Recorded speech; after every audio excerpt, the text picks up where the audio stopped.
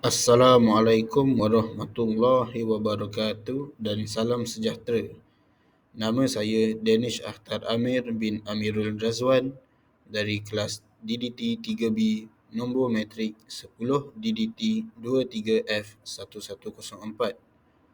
Hari ini saya akan membentangkan tentang e-folio soalan yang ketujuh, iaitu perlembagaan sebagai tiang seri.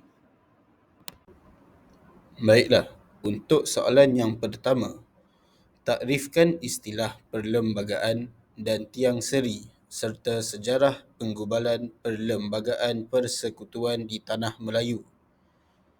Bagi istilah perlembagaan, ia merupakan undang-undang tertinggi negara. Ia juga merupakan satu dokumen bertulis yang menggariskan struktur kerajaan, hak-hak rakyat dan pengagihan kuasa. Bagi tiang seri pula, ia merupakan istilah yang sering digunakan secara metafora untuk menekankan kepentingan perlembagaan sebagai asas negara. Untuk sejarah penggubalan perlembagaan persekutuan di tanah Melayu pula, Perlembagaan Persekutuan Malaysia digubal pada tahun 1957 bagi mencerminkan konteks politik dan sosial pada masa itu, khususnya pembentukan Persekutuan Tanah Melayu. Ia telah dipinda beberapa kali sejak itu untuk menyesuaikan dengan perubahan zaman. Nama saya Suktira Lelaki Buntam. Nombor matrik saya ialah 10 DDT 23F1058. Soalan 2.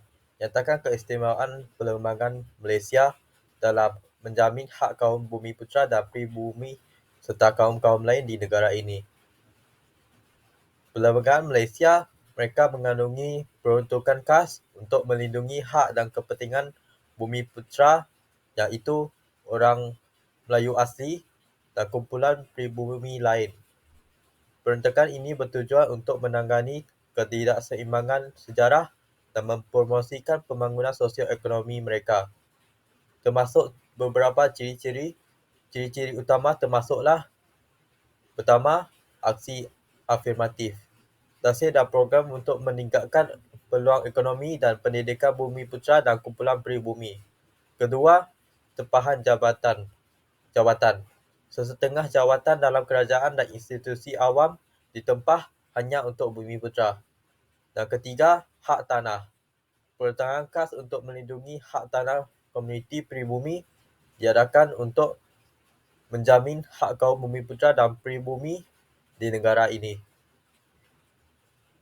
Assalamualaikum warahmatullahi wabarakatuh. Nama saya ialah Zulfazil Aizat bin Zaili dan nombor matrik saya ialah 10 DDT 23F1136. Jadi saya akan membacakan tentang soalan 3, iaitu terangkan satu contoh perlembagaan bertulis di dunia yang boleh dijadikan sebagai rujukan dalam pemerintahan negara kita yang terdiri daripada pelbagai kaum dan agama. Jadi di sini saya mengambil contoh perlembagaan yang bertulis yang boleh dijadikan rujukan ialah Perlembagaan Amerika Syarikat. Perlembagaan ini terkenal sebagai salah satu perlembagaan bertulis pertama di dunia dan berfungsi sebagai asas pemerintahan yang kukuh untuk sebuah negara yang berbilang kaum, agama dan juga budaya. So, selain itu, perkara utama dalam Perlembagaan Amerika Syarikat ialah perlindungan hak asasi manusia serta kebebasan bersuara dan beragama. Dokumen ini mengandungi rangka kerja untuk memastikan setiap warga negara diberikan hak yang sama tanpa mengira latar belakang, dan sekaligus membantu mengukuhkan perpaduan antara pelbagai kumpulan etnik dan agama. Jadi itu sahaja dari saya. Sekian, terima kasih. Assalamualaikum, nama saya Muhammad Anas Safwan bin Muhammad Aikal, nombor matrik 10 DDT 23F1120. Saya akan menghuraikan tentang 4 unsur tradisi yang terdapat dalam perlembagaan persekutuan serta hubung kait unsur tersebut dengan kontrak sosial yang pernah termeterai antara pemimpin kaum di tanah Melayu. Perlembagaan Malaysia mencerminkan gabungan prinsip perlembagaan barat dan tradisi Melayu asli. Beberapa unsur tradisional yang dipertimbangkan termasuk: yang pertama adalah kedudukan Raja-Raja Melayu. Kedudukan Raja-Raja Melayu termaktub dalam perlembagaan sebagai salah satu unsur tradisi yang penting. Sistem pemerintahan beraja di tanah Melayu diwarisi sejak dahulu lagi.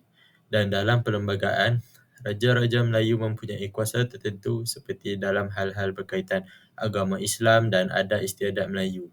Raja-raja Melayu juga memainkan peranan dalam melantik yang di-Pertuan Agong yang bertindak sebagai ketua negara. Hubungan kedudukan Raja-Raja Melayu dengan kontrak sosial ialah dalam kontrak sosial, kedudukan Raja-Raja Melayu dipertahankan sebagai tanda penghormatan kepada sejarah dan kedaulatan negeri-negeri Melayu, yang mana sebagai balasan kaum lain turut diberikan hak-hak kerakyatan secara jusoli. Yang kedua ialah kedudukan agama Islam sebagai agama persekutuan. Islam diiktiraf sebagai agama rasmi Persekutuan Malaysia, namun agama-agama lain juga bebas diamalkan. Pengiktirafan Islam sebagai agama persekutuan adalah berdasarkan sejarah dan latar belakang majoriti penduduk tanah Melayu yang beragama Islam. Hubungan agama Islam sebagai agama persekutuan dengan kontrak sosial ialah pengiktirafan Islam sebagai agama rasmi tidak bermaksud menyekat kebebasan agama lain, tetapi sebagai persetujuan bersama dalam kontrak sosial agar semua kaum dapat hidup harmoni. Kaum-kaum lain bebas mengamalkan agama masing-masing tanpa sekatan. Isi yang ketiga ialah kedudukan istimewa orang Melayu dan Bumi Putera Sabah serta Sarawak. Kedudukan istimewa orang Melayu dan Bumi Putera Sabah dan Sarawak dijamin dalam Perkara 153 Perlembagaan. Antaranya, ia meliputi hak istimewa dalam pendidikan, ekonomi dan perkhidmatan awam. Ini bertujuan untuk mengimbangi peluang dan memastikan kaum Bumi Putera mendapat sokongan dalam memajukan diri mereka.